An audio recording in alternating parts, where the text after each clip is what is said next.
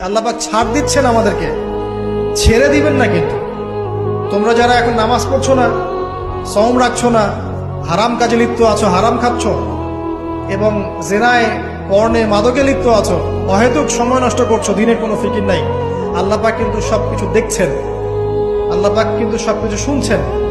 আল্লাহ রাব্বুল আলামিন সুযোগ দিচ্ছেন, সময় দিচ্ছেন, তাই বলে কিন্তু আল্লাহ পাক ছেড়ে দিবেন না। আল্লাহ রাব্বুল আলামিন কিন্তু পুঙ্খানুপুঙ্খ হিসাব নেবেন, এটাই বলছেন ইন্না বাতশা রাব্বিকা লাশাদীদ। আল্লাহ পাকের শাস্তি কিন্তু বড়ই কঠিন। আল্লাহ পাক ছাড় দিচ্ছেন আমাদেরকে, ছেড়ে দিবেন না। কিন্তু তোমরা যারা এখন নামাজ পড়ছো না, সওম রাখছো না, হারাম কাজে লিপ্ত আছো, হারাম খাচ্ছ এবং জেনায় পর্নে মাদকে লিপ্ত আছো, অহেতুক সময় নষ্ট করছো, দিনের কোনো ফিকির নাই, আল্লাহ পাক কিন্তু সবকিছু দেখছেন, আল্লাহ পাক কিন্তু সবকিছু শুনছেন। আল্লাহ রাব্বুল আলামিন সুযোগ দিচ্ছেন, সময় দিচ্ছেন, তাই বলে কিন্তু আল্লাহ পাক ছেড়ে দিবেন।